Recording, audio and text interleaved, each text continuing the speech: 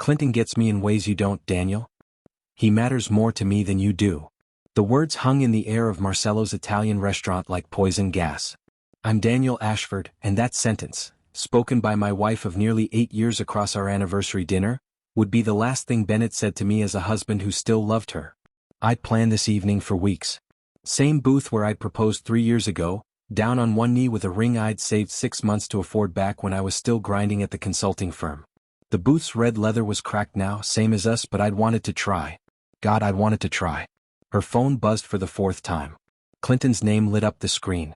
She smiled, not at me, hadn't smiled at me like that in months, and her thumbs flew across the keyboard. I watched her face soften in a way it used to soften for me, back when I'd surprise her with coffee before work, back when she'd trace the calluses on my hands and call them proof of passion. It's our anniversary, Ben. She finally looked up, but her eyes were vacant. I know. I'm here, aren't I? Physically, yes. She wore the black dress I loved, the one that used to mean she was trying. But her mind lived somewhere else now, in text with a man who drove a Porsche and talked about stock options while I talked about grain patterns and joinery techniques. The waiter brought our food. Bennett's chicken piccata sat untouched. I'd ordered the carbonara, $1.28. I didn't have budgeted this month, but it was our anniversary. I was trying to save $40,000 for a down payment on a house. Our house, the one she'd circled in real estate listings and captioned, "Someday soon." But someday kept getting further away. Her phone buzzed again. This time I saw the preview, "Can't wait to see you Saturday," winking face. My fork stopped halfway to my mouth. Saturday. The day I told her I had to finish the Henderson dresser, the custom piece that would net me $1,500 we desperately needed. The day she'd said she understood that she'd spend it with her sister Angela. Who are you seeing Saturday? I asked quietly. Bennett's face flushed. Friends. Just old friends from college. She'd never been a good liar. Her left eye twitched when she lied, had since the day we met at that networking event in 2017. Back then I was a miserable project manager in a suit that cost more than my current monthly rent. She was a junior marketing coordinator who talked about backpacking through Europe and made me feel like maybe I could breathe again. We got married in 2019, small ceremony, her parents and my mom, Angela as her maid of honor, my business partner Marcus as my best man. But that was before I quit corporate in 2021, before the panic attacks got so bad I vomited in a trash can during a board presentation. Before I chose sanity over salary and opened Ashford Carpentry with my grandfather's tools and my depleted 401k. Bennett said she supported the decision. For about 6 months she did. Then Clinton appeared at her office, all expensive shoes and startup stories, everything I wasn't anymore. I need to use the restroom, she said, grabbing her purse. I sat alone for 7 minutes. Watched other couples laugh, share dessert, exist in the same moment together. When Bennett returned, her lipstick was freshly applied. We drove home in silence. As she stepped out of the car, I saw Clinton's text on her screen one more time. Saturday can't come fast enough. Your husband's still clueless. My hands gripped the steering wheel until my knuckles went white. Please, before I continue, kindly like, share and subscribe for more interesting videos. Marcus found me in the workshop at 11:47 p.m. on a Tuesday, murdering an innocent pine cabinet with sandpaper like it had killed my family. The sawdust stuck to my face, mixing with something I refused to acknowledge as tears. You trying to sand it into toothpicks? Marcus pulled up a stool, didn't wait for an invitation. He never did. That's what 7 years of friendship bought you. I didn't stop. Couldn't stop. The repetitive motion kept my brain from replaying dinner, from hearing Bennett's voice. Clinton understands ambition. Marcus Chin had been there since the beginning. Met him at a community woodworking class in 2018 when I was still corporate, still dying slowly in a gray cubicle. He'd been an engineer once, got divorced 7 years back when his wife decided her personal trainer understood her better. He recognized broken when he saw it. She compared me to him again tonight. I finally said, my voice raw. Said Clinton understands ambition, because he works in tech. Makes 6 figures. Drives that fucking Porsche. And you build dreams with your hands, Marcus said quietly. That's not ambition? I threw the sandpaper down. She said I'm too simple for her now. That I chose carpentry because I gave up. The words tasted like acid. Like I didn't have a goddamn panic attack so severe I thought I was dying. Like I didn't spend 3 years watching my soul evaporate in conference rooms. My grandfather taught me woodworking in his North Carolina shop during childhood summers. He'd hold a piece of raw walnut up to the light and say, "See the potential, Danny? Most folks see a dead tree. We see what it's becoming. He died when I was 19, left me his tools and the knowledge that making something beautiful with your hands was worth more than any corporate title. Bennett loved that story when we first met. Made me tell it on our second date, said it proved I had depth. Now she called it giving up. She's wrong, Marcus said. You know that, right? I wanted to believe him. God, I wanted to. But when your wife looks at you like you're a disappointment, like you're the placeholder until something better comes along, belief gets hard. My phone buzzed. Bennett's text glowed in the dim workshop. Don't wait up. Having drinks with old friends. Old friends? Right. Man, Marcus stood, gripped my shoulder. Sometimes people don't appreciate gold until they're drowning in fool's gold. I nodded, but I wasn't really listening. I was calculating, if I worked 18-hour days for the next 4 months, I could finish the house savings goal. Maybe then Bennett would look at me the way she looked at her phone. Maybe $40,000 would be enough to matter. Marcus left around midnight. I stayed until 3 a.m. sanding that cabinet until it was perfect. Bennett came home at 3:47. I heard her heels on the hardwood, heard her stumble slightly. Heard her giggle at something on her phone before she fell asleep on the couch. I slept in the workshop. Scene 3, the coffee shop revelation. I wasn't supposed to be at Brew Haven that Tuesday morning. My lumber supplier meeting got canceled. The guy's truck broke down on I-5, so I had an unexpected hour to kill. I walked into the coffee shop at 9:23 a.m., already thinking about the custom bookshelf waiting back at the workshop. Then I saw Bennett in the corner booth with her friend Shanice, and my feet forgot how to move. I ducked behind a display of overpriced ceramic mugs, heart slamming against my ribs like it was trying to escape. Through the gaps between a Portland Strong mug and one shaped like a beard, I had a perfect view of my wife's profile. Shanice leaned forward, her braids swinging. Ben, you can't keep doing this. Daniel is good. The man worships you. Bennett's laugh made my stomach drop. It was bitter, nothing like the laugh I'd fallen in love with. Good isn't enough, Sean. Clinton makes me feel alive. Daniel makes me feel safe. Boring. Safe. I'd spent 8 years trying to make her feel safe. After her last boyfriend, the one who'd screamed at her in public, who'd put a fist through her apartment wall, she told me safety was all she wanted. You make me feel like I can breathe, she'd whispered on our wedding night. Now safety was boring. So leave Daniel. Shanice hissed. This is cruel. Either commit to your marriage or... I can't. Not yet. Bennett stirred her latte, casual as discussing the weather. Daniel's almost saved $40,000 for our house. Do you know what Clinton and I could do with a head start like that? The floor tilted. A head start. Our house money. 4 years of skipping lunches, driving my 2011 Toyota with the broken AC, wearing thrifted jeans while she bought designer purses. 4 years of depositing 30% of every custom order into that savings account while she complained we never went out anymore. A head start for her and Clinton. Jesus, Bennett. Shanice sat back disgusted. You're really going to? Clinton's already looking at condos in Cabo. Once we get the money, we're gone for a month. Maybe longer. Bennett smiled, actually smiled. Daniel's so focused on his Littlewood projects, he won't see it coming. My coffee cup trembled in my hand.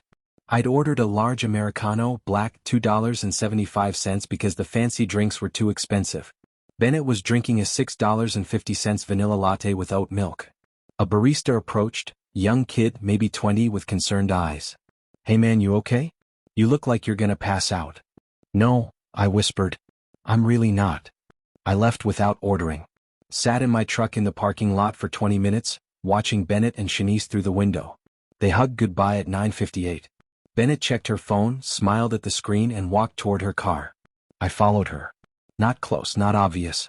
Just close enough to see her drive to the Pearl District, park outside a high-rise and disappear inside. I waited. 43 minutes later, she emerged with Clinton. He wore a suit that probably cost what I made in a month.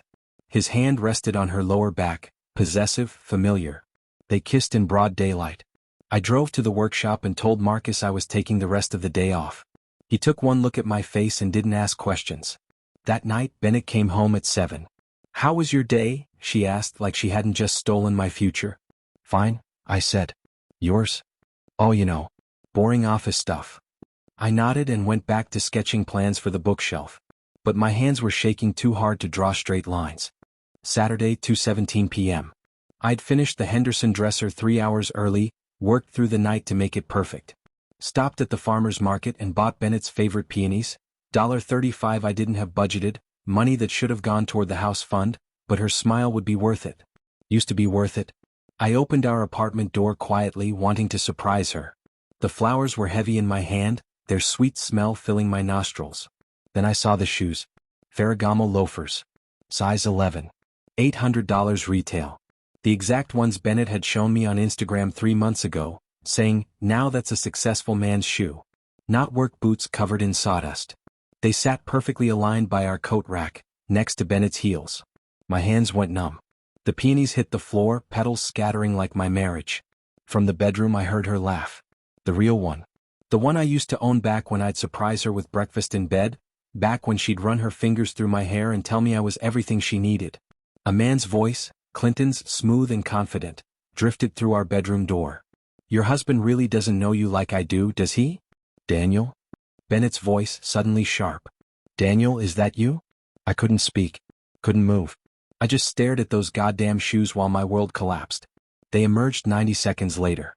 Clinton buttoning his shirt, my wife's lover in my home touching my things. He had the audacity to nod at me like we were colleagues at a networking event. Bennett's face cycled through white, red, then settled on defiant. "Daniel, it's not. Get out." My voice came from somewhere deep, somewhere cold I didn't recognize. "Get the fuck out of my apartment." Clinton smirked, grabbed his $800 shoes and left. The silence after the door closed was nuclear. "How long?" I asked. Bennett crossed her arms. "Does it matter? How long?" 4 months. Okay. 4 months. And honestly, Daniel, maybe if you'd been more. More what? More like him? I gestured toward the door. "Making 6 figures while you barely showed up to your marketing job? While I built furniture 16 hours a day so we could buy a house." Her eyes flashed with something ugly. "He gets me, Daniel. He understands ambition, passion. You make me feel unsafe with your simple little life." Unsafe. The word she'd used to describe her ex-boyfriend, the one who'd terrorized her. Now she was using it on me. I stared at the necklace around her throat, cherry wood, hand-carved, inlaid with her birthstone. I'd made it for our first anniversary, spent 40 hours getting the details perfect. She was wearing it while she destroyed me. "I want you out by morning," I said quietly, walking to the bedroom and locking the door. Sunday, 6:04 a.m. I'd spent the night staring at the ceiling, Marcus's words from a midnight phone call echoing. "Document everything, brother. This feels calculated. Protect yourself." At 5:30 a.m. I called a 24-hour locksmith. Cost $380 I didn't have. Worth everything. Bennett had spent the night at Clinton's. Or so she texted at 11 p.m., staying with a friend. "We'll talk tomorrow." At 6:04 a.m. her key scraped the new lock. Once. Twice. Confusion in the silence. Then pounding. "Daniel. Daniel, open this door." I stood on the other side, phone recording audio like Marcus had instructed. "Your things are in storage unit 47 at public storage on Martin Luther King Boulevard. I've paid for 2 months. The keys with the front desk. You can't do this. This is MY apartment too. You're being controlling. Abusive." The word abusive hit like a physical blow. I'd never raised a hand to her, never raised my voice until yesterday. I'd loved her through everything. Her bad days, her job anxiety, her complaints about money. I'd chosen her over corporate salary, believed we were building something together. "You have until Friday to arrange pickup of any furniture you want," I said through the door. "After that, I'm donating it." Her voice cracked, shifted to desperate. "Daniel, please. Can we just talk? I made a mistake. Clinton he doesn't matter. You matter. Please." I almost opened the door. Almost believed her. Then I remembered those shoes. Her laugh. "Daniel makes me feel unsafe." "You've done enough talking, Bennett. Goodbye." Silence. 10 seconds. 20. Then her voice again, cold as January ice. "You're going to regret this. I promise you that." I heard her heels clicking away down the hallway. Heard her car start.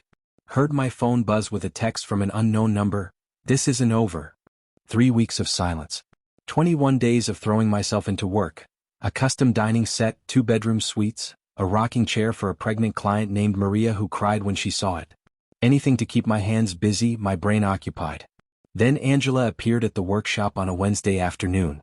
Bennett's younger sister, 23, always the family outcast. The one who saw through Bennett's performance, who'd been bullied by her own sister for being too weird, too fat, too gay, growing up in their Eugene household. Their mother Patricia had pitted them against each other like fighting dogs, made Bennett the golden child and Angela the disappointment. But Angela had always been kind to me. At family dinners, I'd asked about her community college astronomy courses while Bennett checked her phone. I'd fixed Angela's car without being asked, treated her like she mattered. She was shaking when she walked in, holding a manila folder like it might explode. "I need to show you something."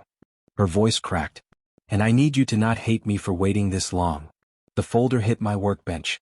Inside, screenshots. Dozens of them. Bennett to Clinton. "Once we get the money, we're gone. Cabo for a month, baby. He's so stupid he actually thinks I love him." Clinton to Bennett. "You sure the restraining order will work? You gotta sell the afraid angle. Make it convincing." Bennett to Clinton. "Daniel saved $40,000. That's our ticket. Just need to get him out of the picture legally." My vision tunneled. "A restraining order?" Angela nodded, tears streaming. "She's planning to claim you threatened her. That you're unstable. Clinton knows a lawyer who'll fast-track it. Then she empties your accounts while you can't legally come near the apartment or your bank." I sat down hard on a sawdust-covered stool. "She's my sister," Angela whispered. "But this is evil, Daniel. I can't let her do this to you." "Why are you telling me this?" Angela's face crumpled. "Because you're the only one who ever treated me like family." Gregory Morrison had practiced family law for 22 years. Seen every scam, every lie, every broken person crawling through his door. But when I spread Angela's screenshots across his desk Thursday morning, his jaw actually clenched. "Your wife and her boyfriend plotted to financially ruin you and potentially get you arrested based on false allegations." He arranged the screenshots like a prosecutor building a case. "This text here, make sure to get photos of bruises. Do you understand what she's implying?" My stomach turned. "She's going to hurt herself and blame me." "Exactly.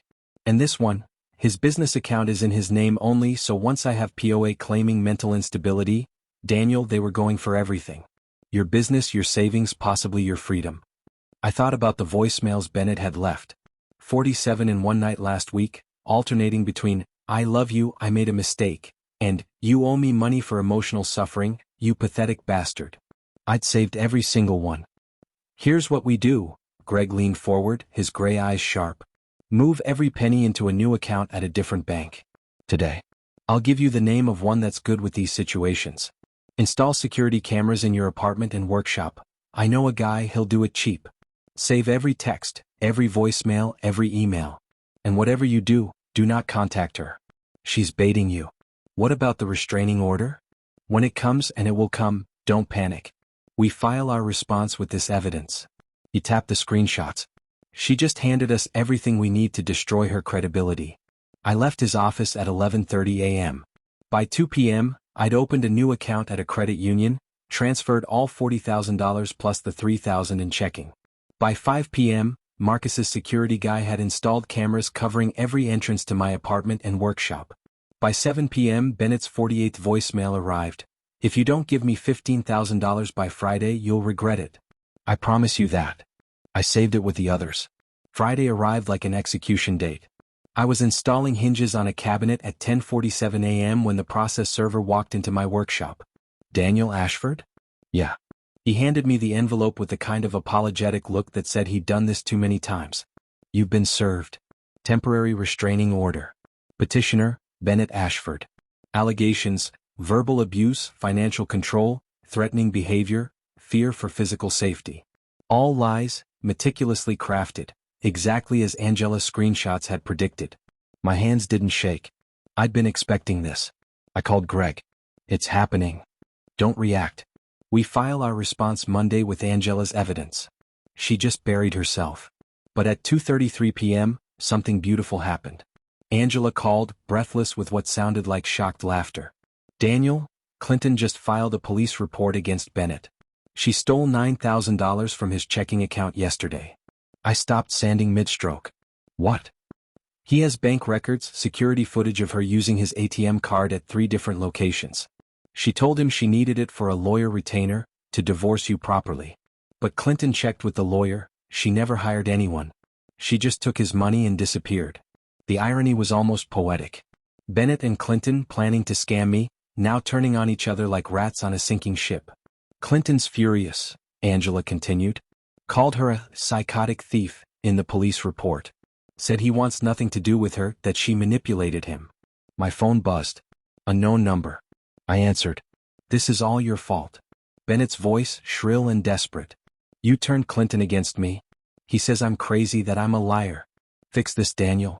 You owe me. I hung up. For the first time in 3 weeks, I smiled. The voicemails became a case study in psychological collapse. They started Saturday night and didn't stop until Monday morning.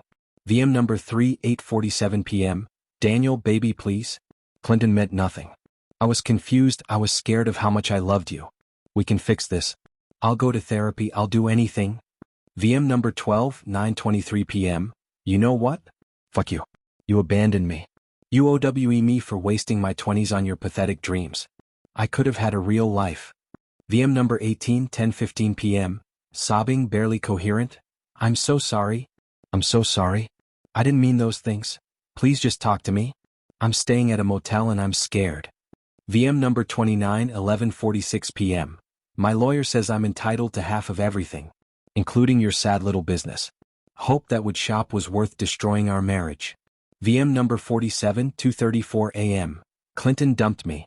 He said I'm too messy. He called me a thief. But you always loved me even when I was messy. Didn't you? Daniel? Please. I have nowhere to go. I listened to each one once. Save them all. Felt nothing but the ghost of who I used to be, the man who would have driven through the night to rescue her, who would have believed every tear. Marcus listened to a few while we installed shelving brackets Monday morning. She's spiraling. Good, I said and meant it. VM number 48 arrived at 6:55 a.m. If you don't give me $15,000 by Friday, you'll regret it. I promise you that. Greg loved that one. She's threatening you while asking for money. This is gold for court. The courtroom was smaller than I expected, fluorescent lights buzzing overhead like dying insects. Bennett sat across the aisle in a cream blouse that screamed victim, her hair perfect, makeup designed to look like she'd been crying. She wouldn't look at me. Her lawyer, Carla Wu, came out swinging. Mr. Ashford, is it true you changed the locks on your shared residence without warning? After I discovered her affair and she became verbally aggressive, yes. And you moved substantial shared funds without your wife's knowledge? Funds I earned and saved. And I had evidence she planned to steal them. I kept my voice level, professional, exactly like Greg had coached. Carla smiled like a shark smelling blood. Mr. Ashford, have you ever displayed anger toward Mrs. Ashford? Ever raised your voice, made her feel threatened? Greg stood before I could answer. Your Honor, I'd like to submit Exhibit C. The courtroom speaker crackled to life with Bennett's voice from voicemail number 34. You think you can leave me? I'll destroy you, you simple bastard. I'll take your money, your business, your reputation. Clinton and I will laugh about this in Cabo while you're building birdhouses for minimum wage. The recording cut off. Bennett's face went from composed to gray in 3 seconds. Then Greg presented Angela's screenshots, printed and highlighted. The judge, a tired-looking woman named Richardson, read them in complete silence. The courtroom felt like a held breath. When Judge Richardson looked up, her expression could have frozen lava. Mrs. Ashford, I'm denying your restraining order. Her voice cut like glass. Additionally, I'm referring this case to the district attorney for investigation of perjury and fraud. You weaponized this court for financial gain. That's criminal. Bennett stood shaking. Your Honor, I can explain. Sit down. We're done here. Outside, Angela hugged me so hard I couldn't breathe. You did it. I didn't feel victorious. Just empty. Bennett's life collapsed in slow motion over the next 2 weeks. Her employer, a mid-sized marketing firm downtown, fired her for erratic behavior and reputational concerns. Translation: they Googled her name and found the court case making local news rounds. She moved back to Eugene with her parents. Patricia, her mother, called me once, told me I'd ruined her daughter's life, and I should be ashamed. I hung up mid-sentence. Clinton wanted nothing to do with her. His police report stood, though Bennett's public defender was trying to plead it down to a misdemeanor with restitution. She'd have to pay back the $9,000 she'd stolen, probably work a payment plan for years. Angela cut her out completely. I have a sister biologically, she told me over coffee, but not in any way that matters anymore. She'd moved to Portland, started working as my part-time bookkeeper while finishing her degree. Turned out she had a head for numbers, could organize my chaotic business finances better than I ever could. You're basically saving me twice, I told her. You saved me first, she said, by treating me like a person when my own family didn't. The restraining order denial made Reddit. Some lawyer blogger had written about it. Portland carpenter outsmarts cheating wife scam. The post went viral. Suddenly my phone was ringing off the hook. Everyone wanted furniture from that guy who didn't let them break him. Custom orders I couldn't fill fast enough. A waiting list that stretched 4 months. Money I'd never dreamed of making. Marcus and I hired 2 apprentices. Expanded the workshop. Started teaching weekend classes. My $40,000 became $60,000, then $80,000. I bought the workshop space outright, stopped renting. Bennett texted from unknown numbers occasionally. Always the same, I'm sorry, or I made a mistake, or can we talk? I blocked each number without responding. 6 months after that court hearing, I was installing custom cabinets in a $2 million Laurelhurst home, the kind of house Bennett used to circle in real estate listings. The client, a tech executive named Priya, watched me work with her architect. You're him, aren't you? Priya said suddenly. The carpenter with the psycho ex-wife. I paused, measuring tape in hand, and couldn't help but laugh. I prefer the carpenter who builds really good cabinets. Priya grinned. Fair enough. But seriously, what you did? Standing up with evidence instead of just being bitter? My husband and I both said we'd only hire someone with that kind of integrity. That's rare. I finished the installation by 4 p.m. The cabinets were perfect. White oak with soft close hinges, hand-rubbed finish that would last decades. Work I was proud of. Driving home, I passed the apartment I now owned outright. Bennett had signed it over in the divorce settlement, desperate to avoid further legal trouble. I kept it, rented it out. The income funded my expansion. My phone buzzed at a red light. Angela, dinner at my place? Making that pasta you like. Also, may have told a gallery owner about your furniture and she wants to meet you. You're welcome, smiling face with smiling eyes. I smiled, texted back, you're the best. See you at 7. Another text came through as I pulled into my driveway, a small house I'd bought 3 months ago, nothing fancy but mine. Workshop in the back, garden Angela was helping me plant. Unknown number, this is Bennett. I know you won't respond. But I need you to know, you were right. About everything. I'm sorry I couldn't see it before I lost you. Clinton was using me. I was using you. I destroyed the only real thing I ever had. I'm in therapy now, trying to understand why I deleted it without reading past the first line. Some chapters deserve to stay closed. Some people teach you what you're worth by showing you what you're not. I walked into my house, fed my new dog, a rescue mutt named Sawdust, and started sketching plans for a dining table. A client had commissioned it for their daughter's wedding gift. They wanted something that would last generations. I could do that. Building things that lasted was what I did best. My phone stayed silent the rest of the night. And for the first time in 8 years, silence felt like peace.